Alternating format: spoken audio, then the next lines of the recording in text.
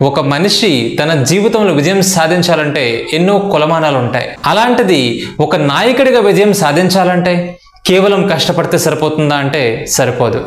దానికి మరెన్నో కొలమానాలు ఉంటాయి. ఆ నాయకుడి గురించి మనం ఈ వీడియోలో మాట్లాడుకుందాం. అతనే పవన్ కళ్యాణ్.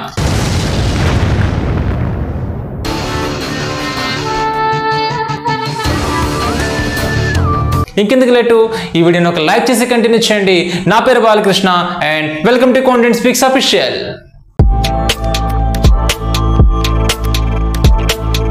పవన్ కళ్యాణ్ మొన్న జరిగిన ఎలక్షన్ రిజల్ట్ వరకు ఒక 10 సంవత్సరాల పాటు ఒక అష్ట దిగ్బంధనంలో ఇరుక్కుపోయి ఉన్నాడు. అయితే ఈ అష్ట దిగ్బంధనం నుంచి బయటపడడానికి 8 మార్గాలను కనుక్కొని పిఠాపురంలో ఏ విధంగా జెండా ఎగరవేశాడనేది ఈ వీడియోలో చెప్పుకుందాం. నెంబర్ 1, నేర్పు. 2014 మార్చిలో జనసేన పార్టీని స్థాపించిన పవన్ కళ్యాణ్ ఆ సంవత్సరంలో పోటీ చేయకుండానే కూటమైనటువంటి టీడీపీ మరియు బీజేపీకి మద్దతు ఇచ్చి ఆ కూటమి గెలవడానికి ప్రధాన పాత్ర అనేది వహించారు. 2019లో ఒంటరిగా పోటీ చేసి 2 నియోజకవర్గాల్లో కూడా ఓడిపోయిన ఏకైక రాజకీయ అధినేత పవన్ కళ్యాణ్. అప్పుడే తెలుసుకున్నాడు సినిమాలు వేరు, రాజకీయాలు వేరు అని. తన పార్టీ సభలకు వచ్చే జనాలు వేరు, ఓట్లు వేసే జనాలు వేరు అని. చప్పట్లు కొట్టే జనాలు వేరు, తనని ఎమ్మెల్యేగా గెలిపించే జనాలు వేరని అప్పుడే తెలుసుకొని ఒక పాఠాన్ని నేర్చుకున్నాడు. మీ జీవితంలో కూడా ఇలా ఓడిపోయి గెలిచిన సందర్భాలు ఏమైనా ఉంటే కనుక కింద కామెంట్లో మెన్షన్ చేయండి.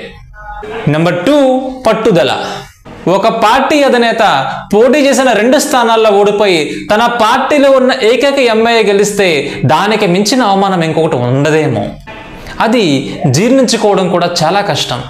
అయితే అక్కడ ఉన్నది పవన్ కళ్యాణ్. ఓడిపోయినా కూడా వెనక్కి తగ్గలేదు. ఇక ఈ రాజకీయాలు మనకి సెట్ అవ్వు, వదిలేద్దామని ఎప్పుడు అనుకోలేదు. పట్టు వదలని విక్రమార్కుడిలా తన గమ్యం వైపు అడుగులు వేశాడు. యుద్ధం అంటూ మొదలు పెట్టాక కంటికి కనపడాల్సింది టార్గెట్ మాత్రమే.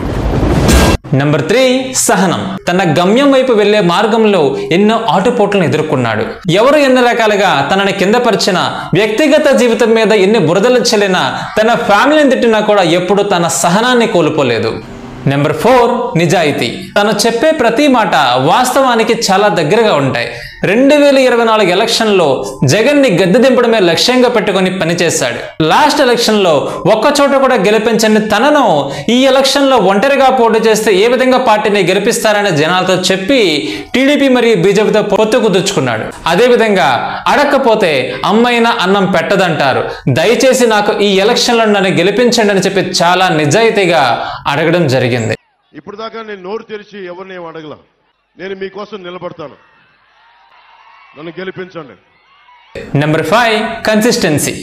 జీవితంలో సక్సెస్ సాధించాలంటే కష్టపడితే మాత్రమే సరిపోదు, దానితో పాటు కన్సిస్టెన్సీ కూడా ఉండాలి. కారణాలు ఏవైనా ఉండొచ్చు, అదేవిధంగా అదర్ కమిట్మెంట్స్ కూడా ఎన్నైనా ఉండొచ్చు. పార్టీ పెట్టిన కొన్నేళ్లు ఈ రాజకీయానికి పవన్ అప్పుడప్పుడు చిన్న చుట్టంలో మాత్రమే కనిపించేవాడు. ఒక విధంగా 2019 ఎలక్షన్లో పవన్ ఓడిపోవడానికి ఇది కూడా ఒక కారణం. ఆ ఓటమి నుంచి గుణపాఠం నేర్చుకొని రాజకీయంలో ఆ తర్వాత కన్సిస్టెన్సీని మెయింటైన్ చేసి ఎంతో మంది అభాగ్యులకు అదేవిధంగా కష్టమన్న ప్రతి ఒక్కరికి చాలా దగ్గరయ్యాడు. నెంబర్ 6, కష్టపడడం. పవన్ సినిమాలు మాత్రమే చేసుకుంటే 100 కోట్లలో సంపాదన వస్తుంది. అయితే అలా చేయలేదు. ప్రజలకు మంచి చేయాలి, ఒక న్యాయం చేయాలని చెప్పి ఒక సంకల్పంతో ఎండలేని సైతం లెక్క చేయకుండా ఊరూరు తిరిగి ఇంటింటికి తిరిగి ఎన్నో సమస్యలను తెలుసుకొని అర్థం చేసుకునే ప్రయత్నం చేశాడు ప్రజలవి. నెంబర్ 7, త్యాగం. ఒక్కోసారి త్యాగం కూడా మంచి ఫలితాలను ఇస్తుంది. టీడీపీతో పొత్తు తర్వాత 21 ఎమ్మెల్యే స్థానాలు, 2 ఎంపీ స్థానాలను మాత్రమే ఒప్పుకొని తనను తాను తగ్గించుకొని ఈ పొత్తుకి ఒక కొత్త అర్థాన్ని సృష్టించాడు. ఒప్పుకున్న స్థానాలు తక్కువైనా కూడా ఇంపాక్ట్ మాత్రం ఒక్క ఆంధ్రలోనే కాదు ఢిల్లీకి వినబడేలా చేశాడు. కొందరు అన్నారు నువ్వు అసెంబ్లీ గేటు కూడా తాకలేవని.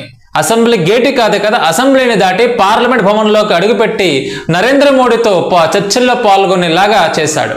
ఆ చర్చల్లో పవన్ ని మనం నరేంద్ర మోడీ గారు ఒక తుఫానుగా పోల్చారు.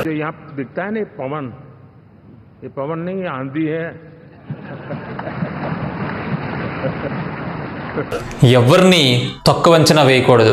ఎవరిలో ఏం టాలెంట్ ఉంటుందో వాళ్ళకి మాత్రమే తెలుస్తుంది. కొందరికి సక్సెస్ ముందుగా రావచ్చు, కొందరికి కొంచెం డిలే అవ్వచ్చు. అంత మాత్రాన సక్సెస్ లేనోడు పనికి రాకుండా పోడు. మన చుట్టూనే చాలా మందిని చూస్తుంటాం. 2-3 ఇంటర్వ్యూల్లో ఫెయిల్ అయ్యానని చెప్పు, లేదంటే లవ్లో ఫెయిల్ అయ్యానని చెప్పు, లేదంటే ఎగ్జామ్స్లో ఫెయిల్ అయ్యానని చెప్పు. చాలా మంది డిప్రెషన్లోకి వెళ్ళిపోయి ఇక నా జీవితం అయిపోయింది, ఇక నేనేమి సాధించలేను అనే వాళ్ళకి ఈ పవన్ రాజకీయ జీవితం అనేది ఒక ఆదర్శం అవ్వాలి.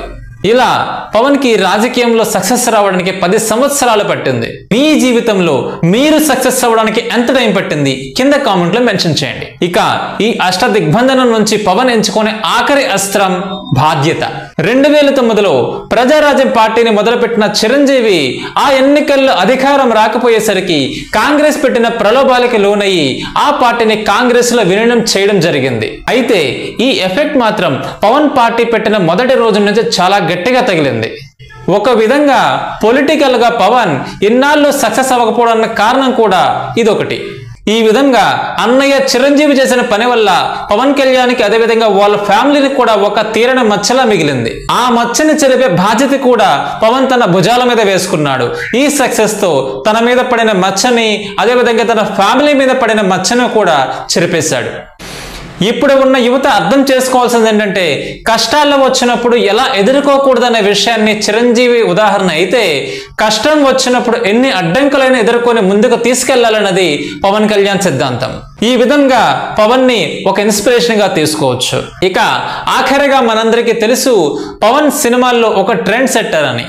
తన హెయిర్ స్టైల్ అయినా, తన డ్రెస్సింగ్ స్టైల్ అయినా, తన మేనరిజాన్ని అయినా ఏ విధంగా ఫాలో అయ్యేవారు యూత్ అందరికీ తెలుసు.